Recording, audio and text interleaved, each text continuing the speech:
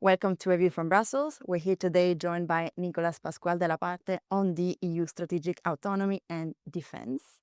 Welcome. Thank you very much. Good morning. The Hormuz crisis has been described as the largest energy shock ever recorded. Given your background in international policy, does this reveal a structural failure in European energy policy or simply the limits of what any bloc can anticipate?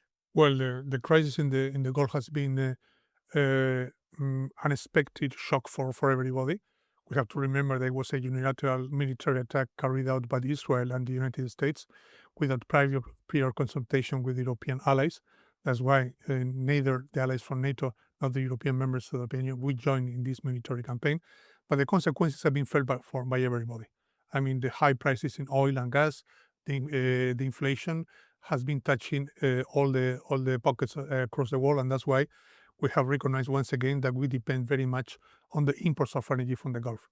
We have not learned all the lessons from the previous crisis, I mean, petrol crisis from 73, 79.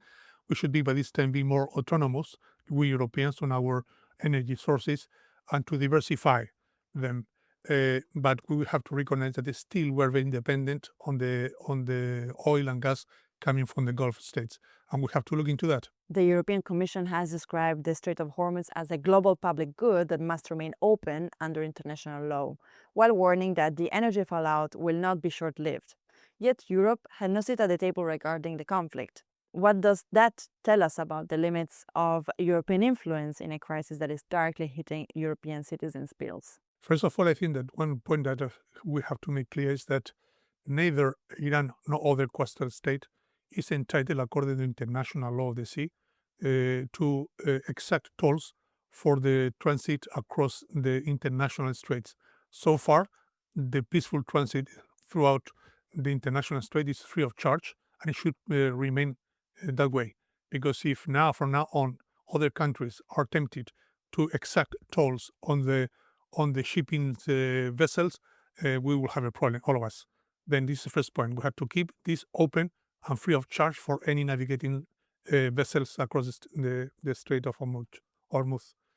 The second is that the European Union, as you know, the two countries mainly, UK and France, are leading a naval mission in order to keep open this strait once the conditions, objective conditions, allow it. That means once there is a peace established in the area, and once there is a permanent truce. As we know now, there is a memorandum of understanding signed by the US and Iran, but still they have given themselves 60 days in order to come up with a definite accord. And this is perhaps the time for this international mission led by European countries, but with participation of non-European countries, because other countries have shown their interest, for instance, Japan, for instance, South Korea, Canada, to participate in this future or potential naval mission. It will be a peaceful, neutral naval missions to keep open the Strait of Hormuz. The first thing we have to do, obviously, is to clean from mines the strait, and it is not an easy task because apparently the Iranians themselves don't know where they have put the mines because of the decentralized scheme, military scheme they had. The local commanders decided where to put the mines, and there is no decentralized authority that can map out the locations of the mine. It will take time for the mine sweepers to clean it up. And the second step will be to guarantee a peaceful and quiet navigation through the strait, obviously. Europe's energy dependence exposed critical vulnerabilities now with strategic raw materials. From your position on the Committee International Trade, what trade policy measures does the EU have to secure the supply chain for its defense industry? This is one of the most important points that we have to clear up in our relations with the providers of critical raw materials and rare earths, mainly China. China today is the country which refines as much as 85% of the rare earths of the world. Not because they produce as much, but because they are entitled to refine it. We have rare earths in Europe. We have maybe critical minerals in Europe, in Canada, and the US, but we don't exploit them out of environmental restrictions.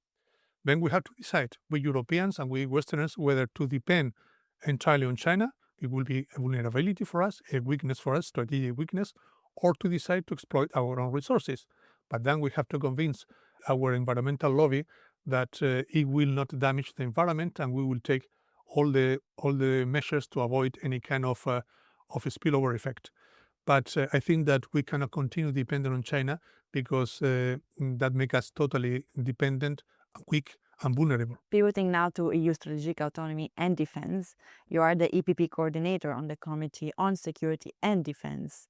In your view, what is the most critical gap that the EU still needs to close to achieve strategic autonomy, and how realistic is the timeline?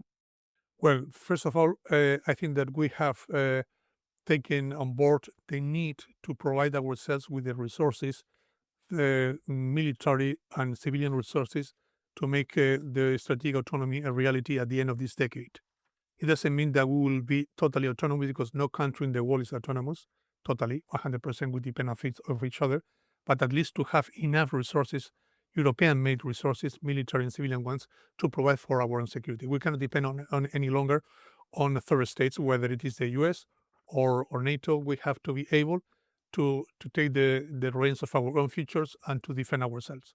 For that, we have to set up a credible strategy, a deterrence strategy against Russia in this case and against other potential enemies or rivals. To set up a credible deterrence means that you have enough resources, you have also the political will and the political determination to use them. We are now in this process. We have approved a white book on defense last year. Afterwards, we have declined this book into a kind of roadmap for defense. We have the Rearm Europe project. We have the Omnibus Defense projects. We are on the right track in order to provide Europe with the necessary resources for that. We don't have too much time, and that's why time is of the essence, and we have to proceed ahead at a good pace. For that, we need political unity. I think that more or less it exists. Second, we have to determine how to streamline the decision-making processes. Third, we have to identify the common threats and menaces, to provide for the resources to counter these menaces, and finally to mobilize enough financing to make possible this European-made defense policy. At the end, we have to have a European Union of Defense based on a common European-wide industrial and technological base. You have argued that SMEs and Europe's region must be fully integrated in the EU's defense technological and industrial base. How do you prevent large national champions from continuing to dominate procurement and crowd out smaller, more innovative players? It's not a matter of stop anybody from developing or unfolding all the capabilities. There is place and there is a role for everybody, for the big players and for the small and medium enterprises.